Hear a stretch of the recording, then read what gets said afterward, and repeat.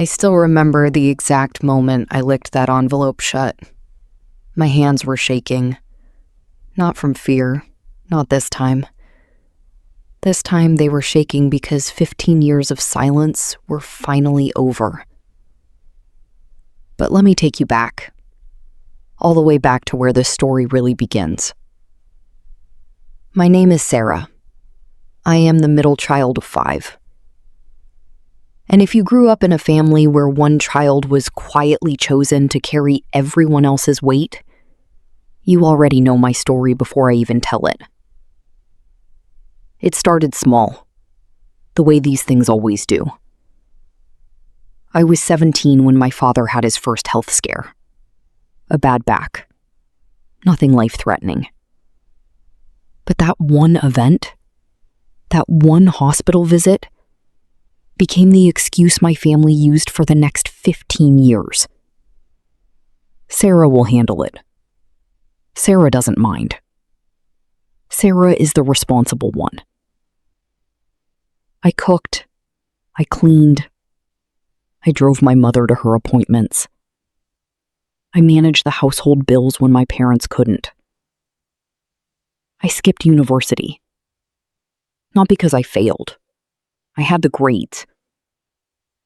But because somehow it was decided that my place was home.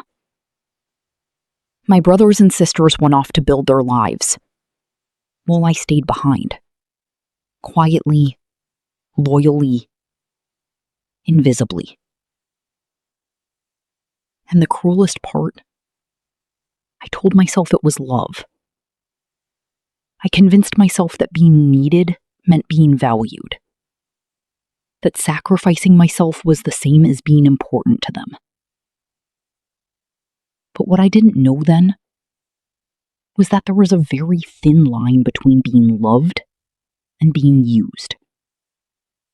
And I was standing on the wrong side of it. For 15 years, I gave my family everything. And for 15 years, they gave me silence, criticism, and the unspoken message that I should be grateful just to have a role.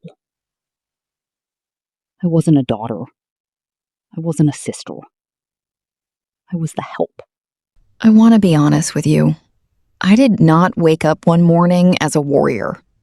I woke up exhausted. Every single day. But the dinner incident cracked something open inside me. Something I could not push back down.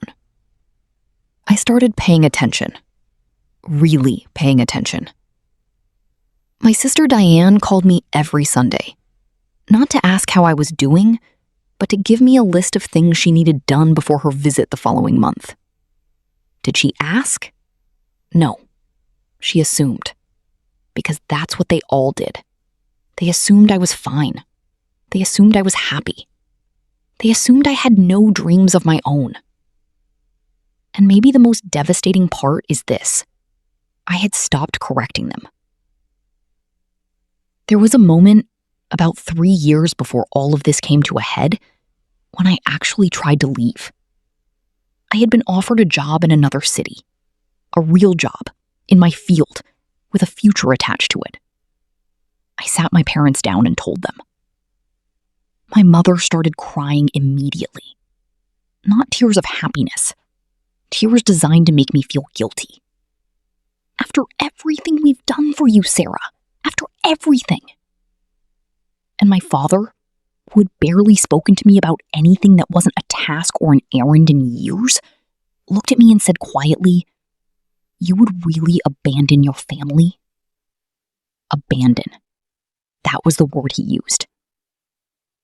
I didn't take the job. I stayed. And I hated myself for it. The thing nobody tells you about family exploitation is this. It doesn't feel like a crime in the moment. It feels like love. It feels like obligation. It feels like if you just do one more thing, say yes one more time, give one more piece of yourself, they will finally see you. They will finally say thank you. They never did. The real breaking point came in the spring of last year. My parents... I did not yell. I did not cry on that call. I simply said, I need some time to think, and I ended the video call. And then I sat in the quiet of that house, my parents' house, the house I had kept alive, and I made a decision. I was going to document everything. I spent 3 weeks putting together a record. Bank statements showing household expenses I had covered for years, receipts, text messages where family members assigned me tasks without so much as a please, my old job offer letter, the one I had turned down, a letter from my doctor, noting the stress-related health issues I'd developed in my early 30s. And then I wrote them a letter. Not an angry letter.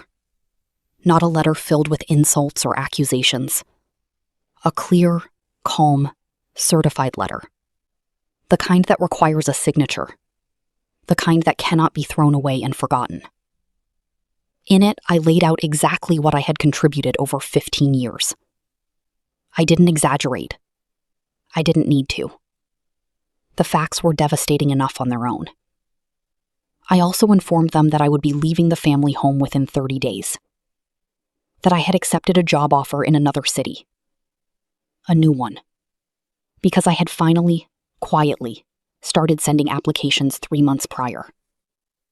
And that I would not be available for tasks, errands, or family responsibilities going forward. I sent 1 copy to each family member. Certified. With tracking. I know what you're thinking. What happened when they read it? What happened was exactly what I had always feared. And somehow also exactly what I had always needed. My family turned on each other. Marcus called my mother furious. Not at me, but at her. Because apparently my letter had included details that revealed just how much of the family's financial burden had been quietly absorbed by me. While he was off celebrating promotions. My sister Diane called me crying, saying she had no idea things had been that bad. My youngest brother didn't call at all for 2 weeks.